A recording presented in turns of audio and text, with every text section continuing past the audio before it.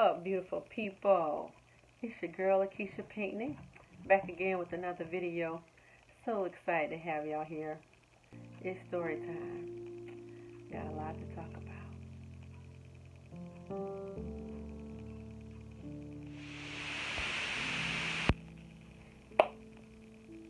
If you are new here, thank you for coming, checking out the channel. If you are a part of the fam, thank you for coming back. Try not to hold y'all long today, but I really want to share my story with all that's going on with COVID-19, with people being out of work, people dying. It's just horrible. But it made me really reflect back to spring 2008 when I decided that I wanted to quit my job. Of course, I was teaching, and at that time, I was tired of the kids. So I decided to turn my part-time venture into something full-time. So I decided that spring that it's a wrap. These kids getting on my nerves. I'm not teaching, not near another day. So I let that go. And the crazy thing about it is, my family was like, no, don't do that. How you going to leave your full-time job? This venture is not a guarantee, but I just knew that it was going to work. I knew in my heart that it was going to work. But everybody was like, no, Keisha, don't do it. I was like, I'm going to do it. So I did not sign my contract. So that summer, I was trying to work my little business. But the crazy thing about it is, I really didn't like having to work during the summer because I'm institutionalized. I'm used to having summers off and still getting my check. So that was a little hard, even though I was still getting my check until like probably the last week or the first week in August, somewhere around that time, because we do get paid through the summer. So I was able to get that last check, and that's when stuff really got real. Stuff got real. I thought my business from May to August would have kicked off really big, but it really had not. I mean, y'all, it got kind of rough. And the crazy thing about it is, well, crazy thing number two, I think, I didn't plan. I didn't have no planning. I just listened to my superior, the girl that I was working under, that it was going to be great. Things were just going to fall into place. I was like, la, la, la, la, la, in la, la land, thinking things were just going to work out. I trust her. But I learned the hard way that if you plan to fail, you fail to plan. I learned the hard way. So, let me continue. So, once my check ran out, that's when I really had to start working. I mean, I was working hard. I was getting my grind in. I was trying to do everything that was expected of me, but things just wasn't working. And hindsight is 20/20. And when I look back, I think to myself, that wasn't God's plan for my life. It was not. Because I can even remember my niece at the time. Well, she's grown now, but she was a little girl. We were in the grocery store, and she said, Keisha. She said, Auntie. Well, sometimes she did call me Keisha at the first. I didn't have it, but she was like, Auntie, I think teaching is for you. And then, as they say, out of the mouth of babes. But it got real, y'all. Let me tell y'all how real it got. It was so real that I was almost homeless. I couldn't pay my mortgage. I lost my car. It was awful. 1 week, all I had to eat was rice. The whole week. I never forget one of my former colleagues, I saw him in Walmart. He was like, oh, Keisha, you losing weight. Then my mom was like, yeah, because I ain't eating nothing. Oh, I'm losing a lot of weight. I remember one time, all I had was a $5 bill. And I went in the Dollar Tree and got everything I needed. I think I needed some toothpaste. It was toothpaste, some dish detergent, a laundry detergent, and a couple other things, and came back with change. That's when I learned that I could go without using Tide and use the cheaper detergents. Oh, I learned a lot during that time. That was like the most humbling experience for me of my life because I was very prideful at the time. But God taught me a lot during that time. Let's see, what else happened? Crazy, crazy, crazy. 1 month, all I got in earnings for my new job, my new business venture, was like $237. I never forget when that check came. And that's all I had to live off of. I mean, bill collectors were calling me left and right, wanting their money. I mean, threatening, getting nasty over the phone. Like, they gonna regulate my money. I mean, it was awful. It was awful. They was calling like I took money out of their account. Go figure. I remember one time, one guy called and he was like, well, if that man, because my dad signed on to get my car. Well, as a matter of fact, that was the second car. I did end up keeping that one. He signed for that car. And I was like, yeah, he signed for the car. But that didn't mean he was going to help me pay for it. Well, that's what it means when people sign for the car. I said, well, not in my family. That just means I'm going to help you because I got good credit, but I don't have no money. You going to make that car payment. So that's what that was.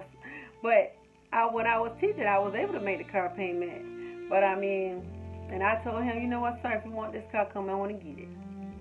Come back and get it. I bet you didn't come get it. I ended up keeping the car because things did get better. But, y'all, I went through crazy town. It was crazy.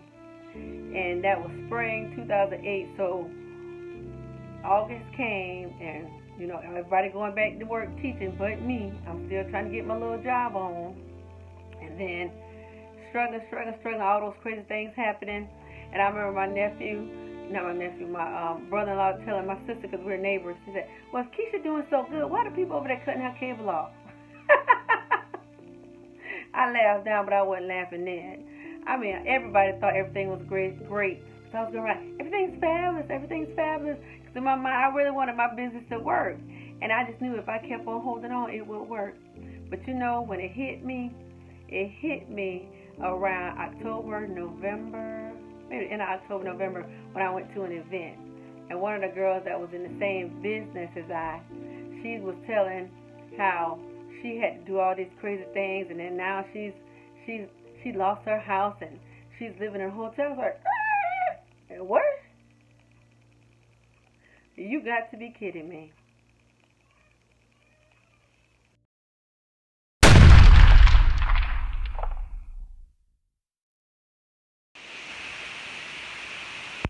Y'all heard me. She was living in a hotel. That's when things got real.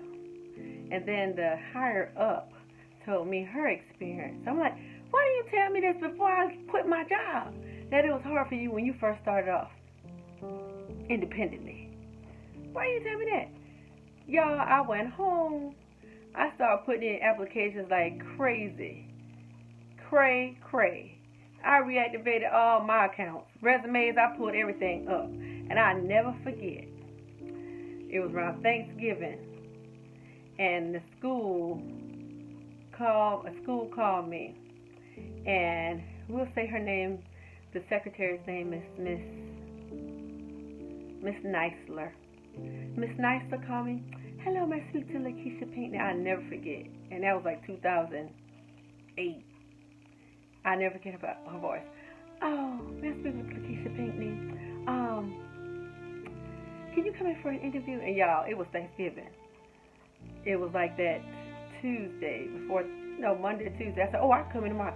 Oh, no, people are going to be getting ready to go home. Y'all, I was ready to go back to work. I was like, I could come right now.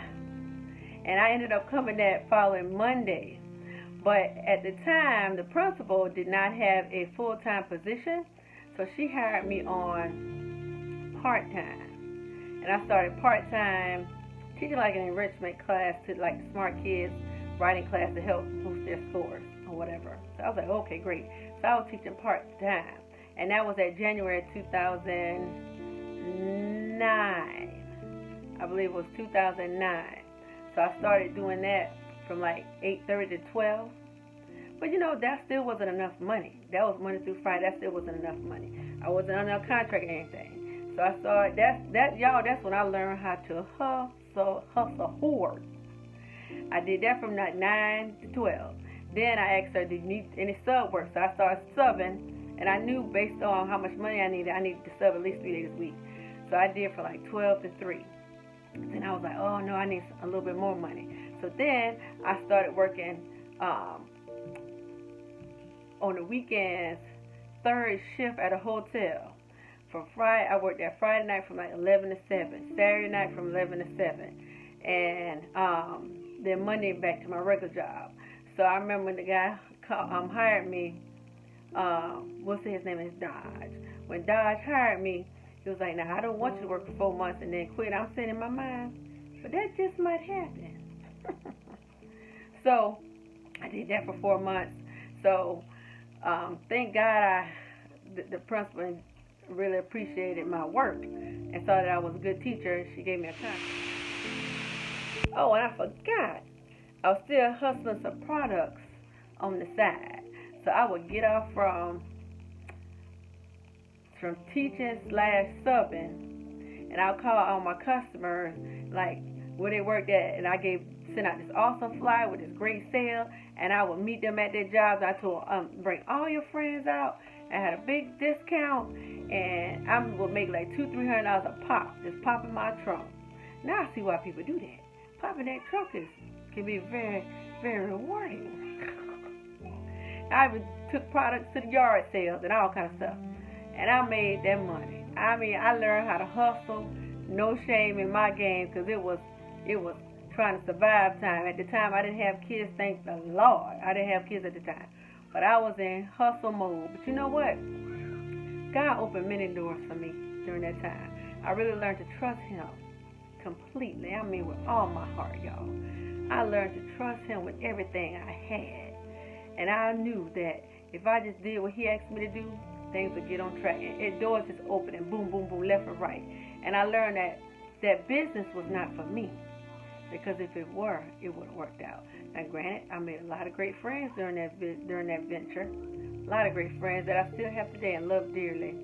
But I learned, God allows things to happen to you for a reason, for you to learn. And I learned that humbled me and helped me to see that I could do anything to make money, because it's all about that money. No matter what job you have, the money is still green. And I mean, I hustled. Like I said, I was teaching, I was subbing, I was hustling my products. And on the weekends, I was working third shift at the hotel, because the bill collectors don't care where you work at. They just want that money. So I had to do what I had to do to make that money. Like I said, I did end up getting a contract, but the contract didn't start till like August 2009. So I'm like, what am I going to do? So I prayed for the Lord to help me to get a summer school teaching job. And back then, years ago, summer school was like all day from like 8 o'clock to 4 o'clock. So y'all, that check was looking good. And that was like a crazy year. That year, Michael Jackson died. That year, our governor did some outlandish things, got caught doing. But that was a crazy summer. But you know, it was a crazy summer for me. It was a crazy summer for me to see how God was great. And He got me back on track. Because that August, I got back on track and I got my job.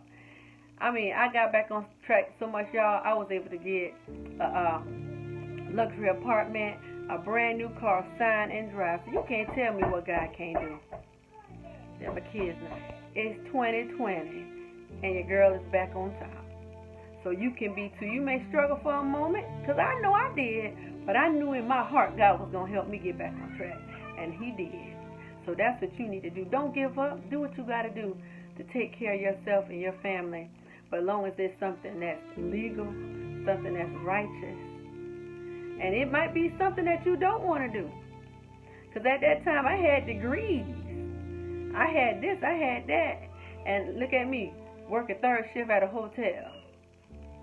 But I bet you I did, and I'll do it again if I had to. Because I know God's going to take care of me. Because He took care of me before. And I want to leave you with that.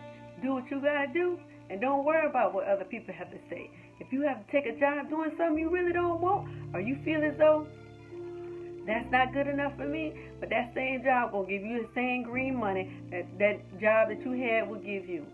Do what you have to do to get back on top. And I love y'all, and I'm going to leave y'all with that.